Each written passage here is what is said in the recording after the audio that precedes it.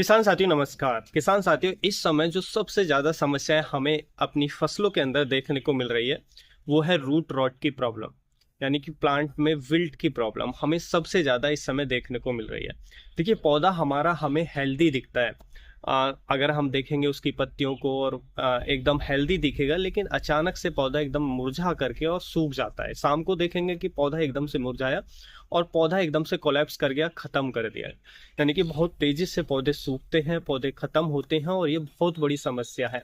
इसकी वजह से किसानों को बहुत बड़ा लॉस देखने को मिलता है रूट रॉट यानी कि विल्ट की प्रॉब्लम के कारण। और ये हमें ज़्यादातर जो सब्जी वाली फसलें हैं उनमें ये समस्या हमें देखने को मिलती है।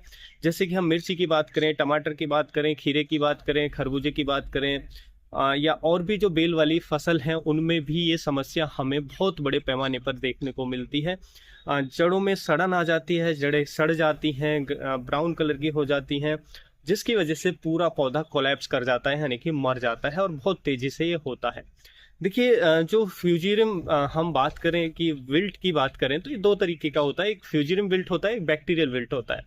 फ्यूजेरियम विल्ट में भी पौधा एकदम से मुरझाएगा और बैक्टीरियल विल्ट में भी पौधा एकदम से मुरझाएगा। लेकिन आप अगर रूट को निकाल कर देखेंगे तो सबसे पहले जब भी पौधा मुरझाता है तो आपको रूट्स को निकाल कर देखना चाहिए। देखिए, पौधा मुरझा भी सकता है, पौधे में पीलापन स्टार्ट हो सकता है। ये सिम्टम्स होते हैं हमें विल्ट के यानी कि रूट रॉट के।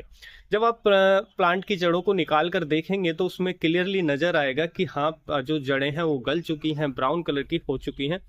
तो ऐसे में हमें देखिए सबसे बेस्ट तरीका तो है इसका हम प्रिवेंट कर लें। उसके बारे में मैं काफ़ी वीडियो बनाया हूँ, जिससे अगर प्रिवेंट कर लेते हैं वो सबसे बेस्ट तरीका है। लेकिन अगर आ चुका है, आने के बाद हमें क्या करना चाहिए, कौन से फंजीसाइड सबसे ज़्यादा इफेक्टिव हैं इस रोग के लिए, वो इस वीडियो में हम बात करते हैं। सबसे पहले हमें जो पानी का मैनेजमेंट है वो सही होना चाहिए। देखिए, पानी जरूरत से ज़्यादा नहीं देना चाहिए और जरूरत से कम भी नहीं देना चाहिए। पानी जरूरत से ज़्यादा दे रहे हैं तो ये समस्या आती है, रूट रॉट की समस्या आती है। लेकिन गर्मी है, टेम्परेचर बहुत ज़्यादा हाई है, अगर पानी की ज़्यादा कमी करेंगे तो अभी पौधा कोलैप्स कर जाएगा, क्योंकि उसमें वाटर लॉस तेज़ी से होता है और पानी की कमी के कारण पौधे की पत्तियां जलने लगती हैं, पौधा कोलैप्स कर जाता है, फ्लावर ड्रॉप हो जाता है। इसलिए इस समय जो पानी का मैनेजमेंट है सबसे ज़्यादा इंपॉर्टेंट होता है। और देखिए, ये जो फंगस होती है यानी कि फ्यूजेरियम जो फंगस होती है, यानी कि ये जो विल्ट की समस्या है, ये हाई टेम्परेचर में तेज़ी से बढ़ती है। ऐसा जो हमारा 30 डिग्री सेल्सियस या उससे ऊपर का जो तापमान है इसको पसंद होता है, वैसे में तेजी से बढ़ता है, जिससे पौधा एकदम से कोलैप्स करता है। और जब ज़्यादा गर्मी पड़ती है तो आप देखते हैं कि पौधा एकदम से मुरझाने लगता है। देखिए, कभी कभी क्या होता है कि पौधा हमारा वैसे ही मुरझा रहा होता है, यानी कि पानी की कमी के कारण, क्योंकि दोपहर में धूप बहुत तेज होती है तो प्लांट स्ट्रेस के कारण कभी कभी हमें पत्तियां विल्टेड नजर आती हैं, मुरझाई सी नजर आती हैं। लेकिन अगर वो शाम को ठीक हो जाता है तो इसका मतलब ये नहीं कि उसमें रूट रॉट है। कभी आप उसके लिए बेवजह आप उसमें वो ड्रिंच करना स्टार्ट कर दें। और कभी कभी ऐसा भी होता है कि रूट रॉट है और हमें लगता है कि पौधा विल्टेड कर रहा है, क्योंकि जड़ों में गलन है उसके कारण भी, और हमें लगता है पानी की कमी है और हम और ज़्यादा पानी दे देते हैं तो समस्या और ज़्यादा बढ़ती है। तो इसलिए पहचान करना क्या कारण है वो बहुत इंपॉर्टेंट है। तो रूट्स को निकालें, उसके अंदर देखें, रूट्स में ब्राउन है, गलन है, तो समझ जाइए कि रूट रॉट की समस्या है। रूट रॉट दो तरीके के होते हैं। ज़्यादातर जो देखने को मिलता है फ्यूजेरियम विल्ट देखने को मिलता है, यानी कि फंगस के कारण जो जड़ में गलन आती है वो सबसे ज़्यादा देखने को मिलता है। कभी कभी बैक्टीरियल विल्ट की समस्या भी देखने को मिलती है, जिससे पौधा अचानक से मुरझाता है। तो उसके लिए एक ओजो टेस्ट है जो मैं आपको एक वीडियो में बता चुका हूँ, वो करके हम आइडेंटिफाई कर सकते हैं इजीली कि ये फ्यूजेरियम विल्ट है या बैक्टीरियल विल्ट है। वो हमारे चैनल पे मैं आपको कई बार वो जानकारी दे चुका हूँ। अब देखिए, अगर ये आ चुका है तो पानी का मैनेजमेंट सही करें, रूट को निकाल कर चेक करें, गलन है, सड़न है तो पानी का मैनेजमेंट सही करें। और जिनमें गलन आ चुकी है, यानी कि जो पौधा कोलैप्स कर चुके हैं, मुरझा चुके हैं, उनको आप सरवाइव नहीं कर सकते हैं। इसको ठीक करना मुश्किल होता है। हाँ, इसको फैलने से रोक सकते हैं। ये क्या होता है कि मान लीजिए एक प्लांट में रूट रॉट आ गया, तो जैसे ही हम इरिगेट करते हैं तो वो पानी उस प्लांट से लग करके उसकी रूट से और दूसरे प्लांट में पहुंचाता है, तो इस तरीके से पानी के माध्यम से भी फैलता है, फंगस तेजी से फैलती है। तो इसलिए जिसमें भी आ चुका है, जो पौधा मुरझा चुका है, उन पौधों को निकाल दें, जड़ से निकाल दें। और हो सके तो वहां पे ड्रिंच भी आप कर सकते हैं। पहले सभी में ड्रिंच कर दें, फिर मुरझाए हुए पौधे को निकाल दें। उसके बाद पानी का मैनेजमेंट सही रखें। देखिए, इनमें जो सबसे ज्यादा इफेक्टिव दवा काम करती है, हालांकि बहुत सारे किसान भाई कार्बेंडाजिम का उपयोग करते हैं, यानी कि बावस्टिन का उपयोग करते हैं, जो हमारा मैनकोजेब प्लस जो कार्बेंडाजिम है उसका जो सिक्सर के नाम से आता है या और भी साफ के नाम से आता है, उसका भी उपयोग करते हैं, लेकिन ये उतने ज़्यादा इफेक्टिव नहीं है।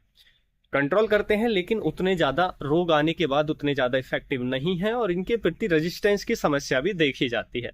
तो इस रोग में अगर विल्ट आ चुका है और फ्यूजन विल्ट है, तो उसमें जो सबसे ज़्यादा हमारा इफेक्टिव दवाएं हैं उसमें हमारा एक तो आता है रिडोमिल गोल्ड।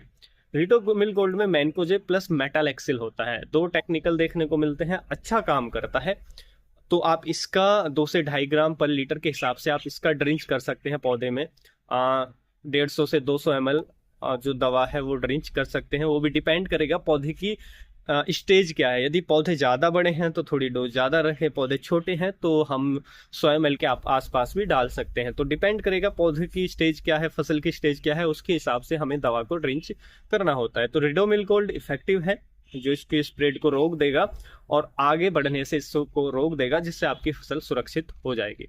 उसके साथ साथ इससे भी ज़्यादा जो इफेक्टिव दवा है वो है हमारी एलिएट, जिसमें फोसेटाइल एल्यूमिनियम जो टेक्निकल है वो देखने को मिलता है। एलिएट जो है वो हाईली सिस्टेमिक होता है, बहुत अच्छा काम करता है रूट रॉट को, फ्यूजन विल्ट को रोकने में बहुत ज़्यादा इफेक्टिव है, और इसके प्रति रेजिस्टेंस की समस्या भी उतनी ज़्यादा नहीं है। तो ये आप ड्रिंच कर सकते हैं 2 से 2.5 ग्राम पर लीटर के हिसाब से हमें ये ड्रिंच कर सकते हैं पौधों में। तो ये बहुत अच्छे से जो रूट रॉट है या विल्ट है उसको हमारा कंट्रोल करता है। तो इनमें से कोई भी एक दवा का आप कर सकते हैं, या आप ऐसा भी कर सकते हैं, पहला आप रिडोमिल गोल्ड का करें, दूसरी बार आप एलिएट कर दें 7 से 10 दिन बाद। तो ये कंट्रोल हो जाता है, अच्छे से कंट्रोल हो जाएगा, यानी कि स्प्रेड रुक जाएगा, अन्य पौधे आपके नहीं, उनमें समस्या ये नहीं पहुंचेगी। और उसके बाद पानी का मैनेजमेंट सही करें। और ज़मीन, अगर आपको लग रहा है कि आपकी ज़मीन में जो सैलिनिटी ज़्यादा है, यानी कि पीएच ज़्यादा है, साल्ट ज़्यादा है, ज़मीन के ऊपर एक वाइट परत आपको नज़र आती है, तो आप सल्फर प्लस यूरिया का भी आप इस्तेमाल कर सकते हैं पानी के बाद या पानी से पहले। तो वो भी काफ़ी उससे अच्छा रिजल्ट देखने को मिलता है। सल्फर से, ऐसी मिट्टी में सल्फर डालने से अच्छा रिजल्ट मिलता है, और रूट रॉट की समस्या भी थोड़ी कम होती है, उसको भी कंट्रोल करने में सपोर्टिव रोल ये निभाता है।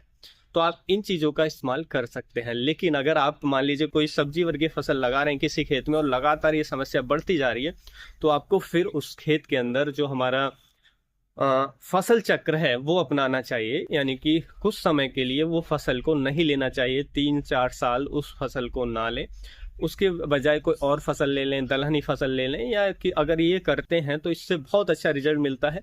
3-4 साल में आप देखेंगे कि वो फंगस क्योर हो जाती है, ख़त्म हो जाती है अपने आप ही खेत के अंदर, और फिर आप उसमें वो फसल ले सकते हैं। तो जो फसल चक्र है वो बहुत इफेक्टिव रहता है हमारी फसलों के अंदर रोगों को कंट्रोल करने के लिए। तो उम्मीद है किसान भाइयों, जो आज की जानकारी है आपको अच्छी लगी होगी। जानकारी अच्छी लगी तो वीडियो को लाइक, शेयर एंड सब्सक्राइब करना बिल्कुल ना भूलें। फिर मिलेंगे हम आपको एक और नई वीडियो में नई जानकारी के साथ। तब तक के लिए आप अपना ख्याल रखें। धन्यवाद।